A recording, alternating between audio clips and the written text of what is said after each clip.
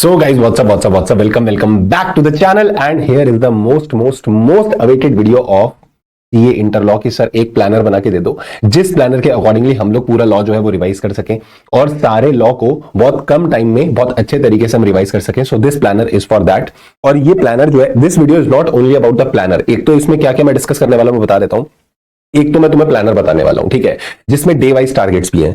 उसके बाद कुछ बहुत ज्यादा इंपॉर्टेंट बातें जो है वो मेरे को डिस्कस करनी है, क्योंकि अगर आप वो फॉलो करके चलोगे ना तो तुम्हारी जो लॉ की रिवीजन है वो बहुत अच्छे से हो पाएगी। पर अगर आपने वो चीजें फॉलो नहीं की तो आप रिवीजन को अच्छे तरीके से कवर नहीं कर पाओगे, ठीक है। सो वीडियो को आगे देखने से पहले फटाफट से वीडियो को लाइक कर दो एंड कमेंट में जरूर लिखना that I will score 70+ in law in January 26। मेरे को जनवरी 26 में 70+ चाहिए। Please manifest the positive thing, you will definitely score 70+। अच्छे से पढ़ाई करोगे, मैनिफेस्ट करोगे। ऐसा नहीं होता मैनिफेस्ट करने से सिर्फ आपके 70+ आ गए। You have to work very hard. But उसको करना कैसे है, रिवाइज करना कैसे है, प्लानिंग कैसे करनी है, I can give you a planner. उसको थोड़ा सा अपने अकॉर्डिंगली चेंज कर सकते हो, बट तुमको मेहनत करनी पड़ेगी, ठीक है। तो कमेंट जरूर करके जाना, वीडियो को लाइक कर देना एंड चैनल को सब्सक्राइब कर देना। If you are new at the channel then do subscribe the channel because I am going to upload so much content. मतलब बहुत ज्यादा कंटेंट मैं जो है अपलोड करने वाला हूं फॉर लॉ और कमिंग अटेम्प्ट ऑफ जनवरी 26, और इसीलिए वो मिस आउट ना हो इसलिए आप चैनल को सब्सक्राइब करके रखना। This channel is going to help you a lot, ठीक है। इसलिए मैं बोल रहा हूं कि चैनल को सब्सक्राइब कर लेना, ठीक है। ठीक है सर, चलो। तो ये प्लानर कैसे है मैं तुमको बता देता हूं। 2-3 चीजें पहले मैं समझाता हूं कि इसको कैसे फॉलो करना है। इसको प्रिंट करा के अपने पास रखना, ठीक है, और डेली जैसे जैसे रिवाइज करते जाओगे तो आप इसको मार्क करते चलना। अब मेरी बात सुनना, ये जो प्लानर है ना, this planner is for complete 8 days. 8वें दिन में भी ऐसा कुछ प्लान गया नहीं है। 8वें दिन में अगर आप 8th डे देखोगे तो उसमें सिर्फ एक मैंने जीसीए और आईयूएस का छोटा सा पार्ट डाला क्वेश्चंस के लिए।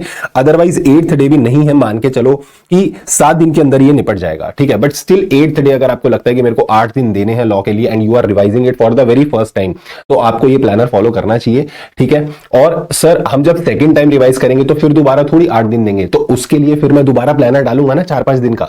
फिर उसके बाद और एक प्लानर डालूंगा कि तुमको कैसे रिवाइज करना चाहिए। एग्जाम से सर जो 1.5 दिन पहले हमको मिलेगा उसमें कैसे रिवाइज करना है, वो सारे प्लानर्स तुमको मिल जाएंगे। But for the first revision you have to follow this. इससे ज्यादा टाइम मुझे लगता है नहीं लगेगा लॉ को रिवाइज करने में। और ये जो प्लानर बना हुआ है इट इज कॉम्प्रिहेंसिव प्लान, मतलब इसमें तुम्हारे टॉपिक्स भी कवर हो जाएंगे और साथ के साथ तुम्हारे क्वेश्चंस, एमसीक्यूज सारे साथ के साथ कवर होते चलेंगे। और इसलिए मैंने बिल्कुल आर वाइज एलोकेशन किया हुआ है कि कितने आवर्स में आपका कौन सा चैप्टर कंप्लीट हो जाना चाहिए, कितने आवर्स में आपका क्वेश्चंस कंप्लीट हो जाने चाहिए उस पर्टिकुलर चीज के। तो आप इसको फॉलो करके चलना, ठीक है। दूसरी बात, 2-3 बातें मैं पहले बता रहा था, तो दूसरी बात ये कि ये जो प्लानर है, जैसे कुछ बच्चे क्या होते हैं, कुछ बच्चे ऐसे होते हैं जो लोग डेली एक सब्जेक्ट पढ़ेंगे, मतलब full day we will study 1 subject, then उसके बाद हमारा एक सब्जेक्ट 8 दिन 9 दिन जितने भी दिन लेगा हम कंप्लीट करेंगे, फिर उसके बाद हम सेकंड सब्जेक्ट स्टार्ट करेंगे, ठीक है। कुछ बच्चे ऐसे होते हैं, नहीं सर हम तो पूरा ग्रुप एक साथ लेकर चलेंगे, मतलब हम एक दिन में क्या करेंगे 12 घंटे में 3 स्लॉट्स बांट लेंगे, 4 घंटे के, तो हम तो 3 सब्जेक्ट्स एक साथ पढ़ते हैं। तो फिर ये प्लानर हम कैसे फॉलो करेंगे? देखो सिंपल सा फंड है। अगर तुम एक दिन में एक सब्जेक्ट पढ़ रहे हो तो ये तो मैंने उस हिसाब से बना रखा है कि एक दिन में 12 घंटे की स्लॉटिंग कर दिया मैंने और उसके हिसाब से एलोकेशन कर दिया, ठीक है। बट अगर आप बोलते हो नहीं सर मैं एक दिन में 2 सब्जेक्ट पढ़ूंगा, फॉर एग्जांपल मैं एक दिन में 2 सब्जेक्ट पढ़ूंगा और 6-6 घंटे दूंगा मैं, तो जो प्लानर मेरा 12 घंटे का है, आप समझ लो आपका ये जो डे 1 का प्लानर है वो डे 1 और 2 का हो जाएगा। यानी कि आपका एक दिन का प्लान यही स्प्लिट हो जाएगा 2 दिन के अंदर। अगर सर मैं 3 सब्जेक्ट पढ़ता हूं एक दिन के अंदर तो क्या होगा, तो एक दिन के अंदर अगर आप 3 सब्जेक्ट पढ़ते हो तो फिर आपके 4-4 घंटे के स्लॉट होंगे। तो आपने 4 घंटे का स्लॉट जो लॉ के लिए रखा है, तो आज जो मैंने आपको डे 1 का प्लानर दिया वो आप 3 दिन में स्प्लिट कर देना। यानी फिर तुम्हारा डे 1 का प्लानर डे 1, डे 2 और डे 3 का हो जाएगा। तो अकॉर्डिंगली यू कैन स्प्लिट, आप जैसे जितना स्लॉटिंग बनाओगे उसके हिसाब से आप इसको स्प्लिट कर सकते हो। तीसरी सबसे इंपॉर्टेंट बात कि सर आपने जो चैप्टर्स लिखे हैं हम उसको ऐसे ही करें या हम थोड़ा सा उसको ऊपर नीचे कर सकते हैं। देखो वैसे तो मैं बोलूंगा इसको अगर ऐसे फॉलो करोगे तो बहुत अच्छी बात है, बट अगर आपको लगता है कि नहीं ये चैप्टर मुझे पहले करना है, ये चैप्टर मुझे बाद में करना है, तो अकॉर्डिंगली टाइम वाइज एलोकेट करके आप थोड़ा बहुत ऊपर नीचे कर सकते हो, थोड़ा बहुत शफल कर सकते हो। बाकी ओवरऑल ये देखना कि एक दिन में आपका 11-12 घंटे का आउटपुट निकले। और 12 घंटे भी कैसे है, हर दिन में मैंने 1 घंटा रेसिडेरी रखा है। रेसिडेरी रखने का मतलब जैसे मान लो कि मैंने तुम्हें ये टारगेट दिया पर्टिकुलर कि एक दिन में 11 घंटे में तुम्हारा ये सब निपट जाना चाहिए। बट कई बार होता है कि हमको कोई टॉपिक जो है वो बिल्कुल समझ ही नहीं आ रहा, हमको बहुत टाइम लग रहा है उसको समझने में, हमको बहुत देखना पड़ रहा है वो दोबारा टॉपिक और टाइम लग गया।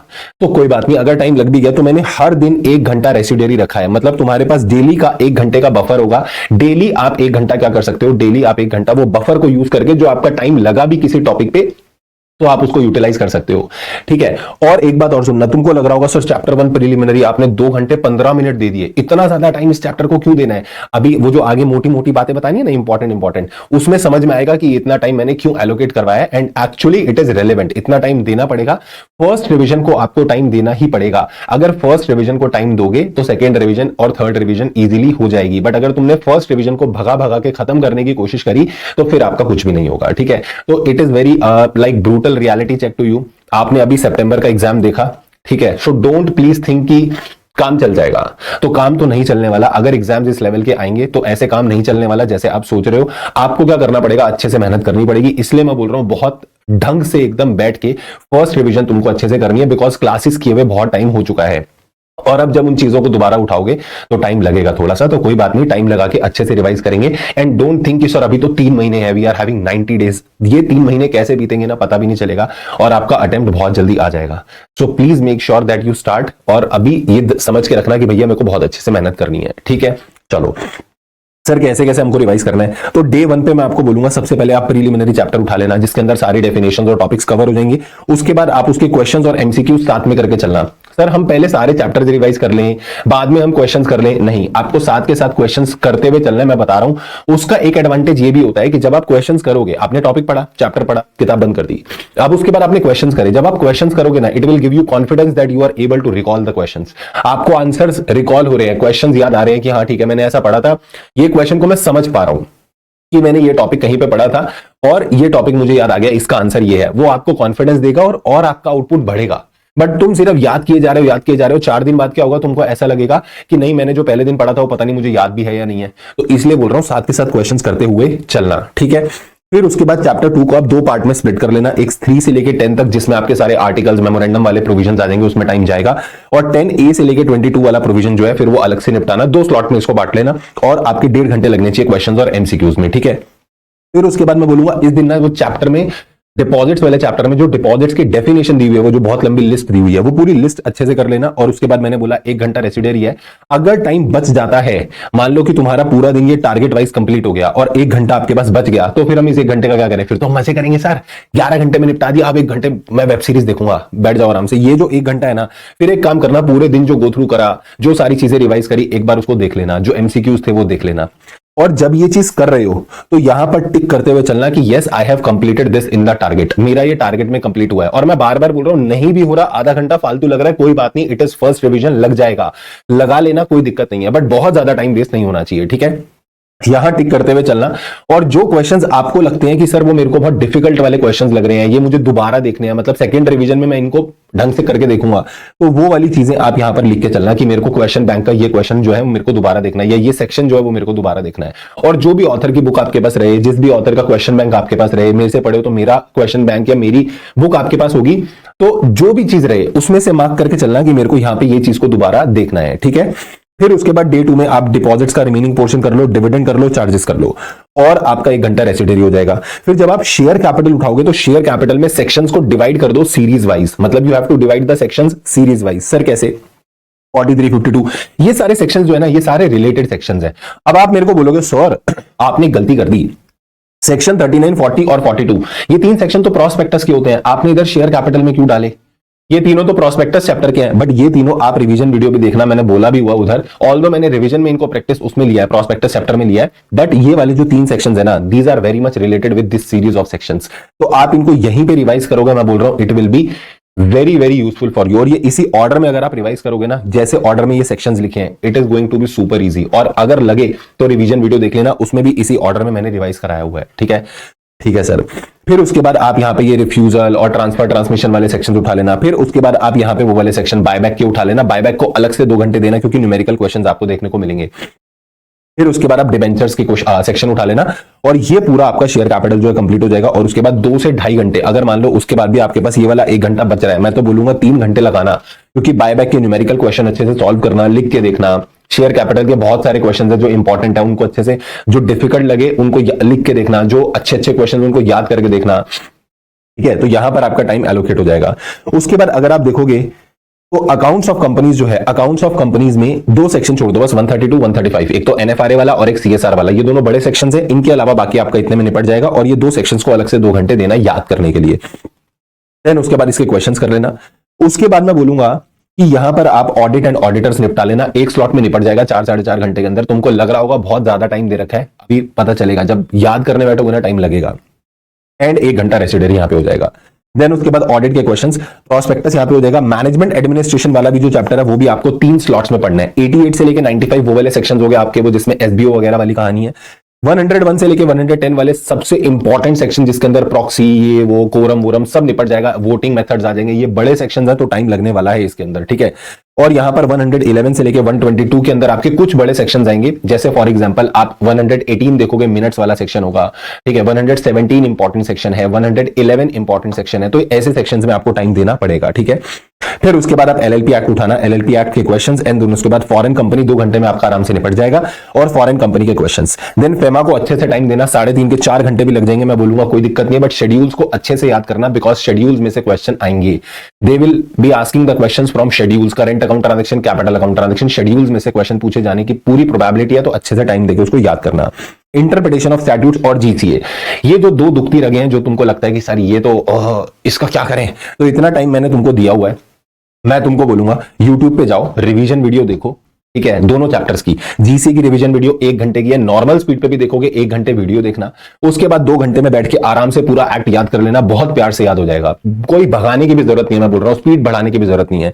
और अगर इंटरप्रिटेशन ऑफ स्टैट्यूट्स देखोगे 1 आवर 40-45 मिनट्स की आई थिंक वीडियो है, और उसके बाद आप उसको याद भी करोगे तो भी आपका 3.5 घंटे में बड़े प्यार से हो जाएगा, और उसके बाद इनके क्वेश्चंस देख लेना, definitely you will be able to cover the entire law beautifully if you follow this plan, ठीक है। अच्छे से इसको फॉलो करोगे रिलीजियसली, डेडिकेटेडली, तो लॉ कंप्लीट हो जाएगा, मैं तुमको बता रहा हूं। वरना अगर लीनियंसी छोड़ोगे ना, मतलब लीनियंसी रखोगे ऐसी चीजों में, तो फिर सब कुछ रह जाएगा, फिर कुछ भी आपका नहीं होगा, आप बोलोगे बहुत ही टाइम लग गया, ये हो गया वो हो गया, और फिर लॉ कंप्लीट नहीं होगा, फिर तुम लोग पैनिक करने लगोगे, तो प्लीज डोंट डू दैट, ठीक है सर। उसके बाद कुछ मोटी मगर वेरी वेरी इंपॉर्टेंट बातें। क्या? पहली बात कि जब भी आप रिवीजन करने बैठ रहे हो तो हमेशा ध्यान रखना that you have to learn the topic, do not only read it. सिर्फ पढ़ने से काम नहीं चलेगा बेटा, आपको याद करनी पड़ेंगी चीजें। आप क्या करते हो? पढ़ पढ़ के जाते हो। आपने क्या करा, आपको लग रहा है ना वो ऊपर 2.5 घंटे क्यों दे रखे थे प्रीलिमिनरी में, हमने तो 1 घंटे में निपटा दिया, तो 1 घंटे में तुमने पढ़ पढ़ के उसको निकाल दिया फटाफट। बट उसको याद कौन करेगा? अगर डिफिकल्ट लग रहा है लिख के देखो ना, गिव टाइम टू दैट यार। आप सोच रहे हो बस खत्म कर दूं, मैं 4 दिन में लॉ रिवाइज कर दूं, दूसरी बार जब फिर पढ़ने बैठोगे फिर 4 दिन लगेंगे, फिर पढ़ने बैठोगे फिर 4 दिन लगेंगे, तो तुम बोलोगे कि ये तो लर्निंग कर्व का इंपैक्ट मुझे दिख ही नहीं रहा। मैं जो चीज पहली बार पढ़ के बैठा अगर 8 दिन में, दूसरी बार मेरी वो चीज 5 दिन में कंप्लीट हो जानी चाहिए, तीसरी बार मेरी वो चीज 2.5-3 दिन में कंप्लीट हो जानी चाहिए, तब मैं उसको जाके 1.5 दिन में कंप्लीट कर पाऊंगा लॉ के पेपर से पहले। बट तुम उसको तो इवनली लेके चल रहे हो, अभी 8 दिन लगाऊंगा, फिर सेकंड रिवीजन में 8 दिन लगाऊंगा, फिर 8 दिन लगाऊंगा, और फिर मैं तो शक्तिमान हूं, फिर मैं क्या करूंगा, फिर मैं पेपर से 1.5 दिन पहले कोशिश करूंगा कि जो मैंने 8 दिन में पढ़ा उसे मैं 1.5 दिन में निपटा दूं। ये पॉसिबल है क्या? नहीं ना। तो प्लीज अभी टाइम देके उन चीजों को लर्न करो, सिर्फ पढ़ने से कुछ नहीं होगा। दूसरी बात, मैंने आपको जो कॉलम बना के दिया है, सारे डिफिकल्ट सेक्शन, सारे क्वेश्चन जो आपको लगे कि ये मुझे दोबारा बार बार देखने पड़ेंगे, मेरे को लिख के देखने हैं, उनको प्लीज आप वहां पर लिख कर रखना। आप उनको लिखो, मतलब एक तो उधर मार्क करके भी रखना और लिखो, मैं बोल रहा हूं नोटबुक में लिखो, it will help you to increase your retention, ठीक है। कम से कम पहली रिवीजन में तुम्हारे पास टाइम होगा लिखने का, तो उसमें तो लिख के देखना। सेकंड थर्ड रिवीजन में चलो लिख के नहीं देख पा रहे, फिर देखोगे तो याद आ जाएगा कि हाँ मैंने लिखा हुआ है, ठीक है, मेरे को याद है। एंड जितने भी टॉपिक्स हैं, क्वेश्चंस है, मैंने बोला कि एक्स्ट्रा एम्फेसिस के लिए उनको मार्क करके रखना, चैप्टर वाइज क्वेश्चन साथ में करते चलना जैसे ही चैप्टर कंप्लीट होगा। एंड सबसे इंपॉर्टेंट बात, ये मुझे लगता है सबसे इंपॉर्टेंट पॉइंट है, जो तुम लोग कलाकारी करते हो, रिवीजन वीडियो कहीं और देख रहे हैं, बुक हमारे पास किसी और की है, क्वेश्चन बैंक कोई और है, नोट्स हमने किसी और के लिए रखे हैं, पढ़ मैं रहा हूं। भैया ऐसे पेपर नहीं निकलते हैं, ठीक है। Stick to one material only. मैं नहीं बोल रहा कि सब कुछ मेरा फॉलो करो, अगर लग रहा है कि भाई मेरे को तुम्हारी मेरे साथ ट्यूनिंग बैठ रही, तुमको समझ में आ रहा है, पढ़ो, मैं तो बोल रहा हूं। बट तुमको किसी और टीचर से भी अगर समझ में आता है तो please have faith on that teacher, and एक ही मटेरियल पे स्टिक रहो। आप ये रहो कि भैया मुझे यही मटेरियल फॉलो करना है, इन्हीं के नोट्स फॉलो करने हैं, इनकी रिवीजन वीडियोस देखूंगा। ये तो बहुत मतलब ब्लंडर हो जाता है, नोट्स कहीं किसी और से उठा लिए और आप रिवीजन वीडियो कोई और देख रहे हो, तो आप पागल हो जाओगे। मैं बता रहा हूं कैसे मैच करोगे, I don't know, but don't do that, ठीक है। प्लीज एक मटेरियल पे रहो, आप उसको चेंज मत करो, वरना it will be a blunder for you. And basic फंडा to score 70+ is attack on MCQs. आपको कोशिश करनी है थॉरो स्टडी, एकदम कॉम्प्रिहेंसिव स्टडी करके। एमसीक्यूज सर मेरे को एमसीक्यूज में अटैक करना है, क्योंकि 30 मार्क्स के जो एमसीक्यूज आएंगे उसमें से मुझे कम से कम बेयर मिनिमम 20 to 24 चाहिए। ठीक है, 20 से 24 के बीच में कहीं पर भी आपके मार्क्स आने चाहिए। मतलब 20 आ जाए, 22 आ जाए, 24 आ जाए, मैं बोल रहा हूं 24 मार्क्स आ गए, it will B super easy for you, super easy for you. मतलब समझो अगर आपके 30 में से 22-24 नंबर एमसीक्यूज में आ रहे हैं, 70 मार्क्स का जो डिस्क्रिप्टिव पेपर होगा, अगर उसमें बिल्कुल हद मार के भी आधे नंबर भी लोगे 35, तो 35 and 24 will be 59। You are very close to examination. तुमको 70 प्लस का टारगेट दिया ना मिनिमम, वो 70 प्लस का टारगेट ऐसे ही अचीव हो पाएगा। आपको एमसीक्यू में स्कोर करना पड़ेगा। डोंट ओनली थिंक कि मैं डिस्क्रिप्टिव से नंबर ले आऊंगा। ठीक है, हो जाता है कई बार कि एमसीक्यू बहुत डिफिकल्ट आ गया, डिस्क्रिप्टिव इजी आ गया, ठीक है, मैनेजेबल होगा। बट मैं बोल रहा हूं कि आप एमसीक्यूज पर टारगेट लेके चलना कि आपको कम से कम 24 स्कोर करने हैं। ठीक है, मैं तो बोलूंगा 24 स्कोर करने ही करने हैं कम से कम।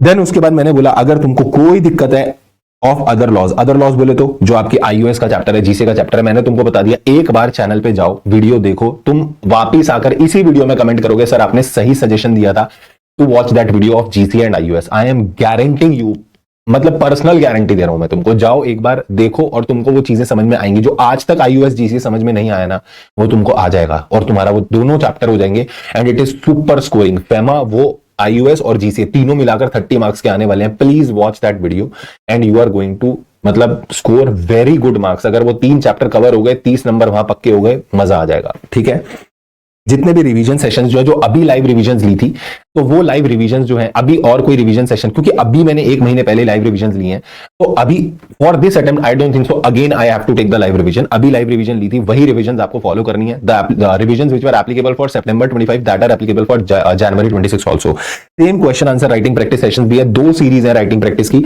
दोनों देख लेना। मैं तो बोल रहा हूं अभी बहुत टाइम है, दोनों चीज देखो, क्योंकि कुछ क्वेश्चन चलो रिपीटेड होंगे, बट जो मई 25 वाली राइटिंग प्रैक्टिस सीरीज है उसमें चैप्टर वाइज राइटिंग प्रैक्टिस है। और अगर आप देखोगे जो अभी वाली राइटिंग प्रैक्टिस थी उसमें सिलेक्टिव क्वेश्चंस हैं और जो नए क्वेश्चंस थे, ठीक है, वो वाले मैंने क्वेश्चंस की राइटिंग प्रैक्टिस करा रखी है। हाँ, जो अभी सितंबर 25 का एग्जाम हुआ वो पूरा एग्जाम मैं सॉल्व कराऊंगा यूट्यूब पे, ठीक है, और लिखवा के कराऊंगा प्रॉपर बकायदा। तो that will help you a lot. ये जरूर देखना आप एक बार, ठीक है। एंड मैं तुमको बोलूंगा प्लीज चैनल को सब्सक्राइब कर लेना, because this channel is going to help you a lot. एक चैनल पकड़ के चलो, मैं बोल रहा हूं सब चीज तुमको मिलेगी, चाहे वो आरटीपी हो, एमटीपी हो, मेमोरी टेक्निक्स हो, रिविजन हो, राइटिंग प्रैक्टिस सेशंस हो, everything what is required for law that I will upload on the channel. तो प्लीज ये चैनल को पकड़ के चलना, 70 प्लस मार्क्स आ जाएंगे, मैं तुमको बोल रहा हूं। Definitely you will be able to score 70 plus marks. ठीक है, ठीक है सर। और एक सबसे इंपॉर्टेंट बात मैं बोलूंगा लास्ट में, ये प्लान को आज से स्टार्ट करो। सर कल से स्टार्ट करूंगा, मैं तुमको बोल रहा हूं कल फिर यही सोचोगे कि कल से स्टार्ट करूंगा, कल कभी नहीं आता और कल पेपर आ जाएगा। So please start it from today itself. आप ये बात को मान लो, ये चीजें करना छोड़ो कि कल कर लेंगे, कल कर लेंगे, कल कर लेंगे, कल कभी नहीं आने वाला। You have to start it from today itself. ठीक है, और कोई भी डाउट रहे तो मेरे को टेलीग्राम पे डीएम कर सकते हो, ठीक है, वहां पे डीएम कर देना। और जो भी सारे ये लिंक है, मैंने इंपॉर्टेंट लिंक यहां पर डाल दिए हैं, चैनल का लिंक है, टेलीग्राम चैनल का लिंक है और इंस्टाग्राम हैंडल का भी लिंक है, तीनों लिंक है यहां से आप क्लिक करके वो ज्वाइन कर सकते हो। ठीक है, टेलीग्राम चैनल का लिंक आपको डिस्क्रिप्शन में भी मिल जाएगा। ये पीडीएफ भी मैं टेलीग्राम चैनल के अंदर डाल दूंगा और टेलीग्राम चैनल से ये पीडीएफ निकाल के प्रिंट करा के रखना और इसको फॉलो करो। Trust me, you are going to score 70 plus in the law. ठीक है sir. So if you found this video useful, you have to like this video. Do share this video with all your friends. And मैं हमेशा बोलता हूं keep working very very hard as someone somewhere is waiting for your success. कोई कहीं है जो आपके कामयाब होने का इंतजार कर रहा है। You have to work hard now. Now this is the high time. Get into action. अब पढ़ाई करने लग जाओ। अब कोई टाइम खराब करने वाला टाइम नहीं है। So please work very very hard as someone somewhere is waiting for your success. Thank you so much. Take care. Tata. Bye bye.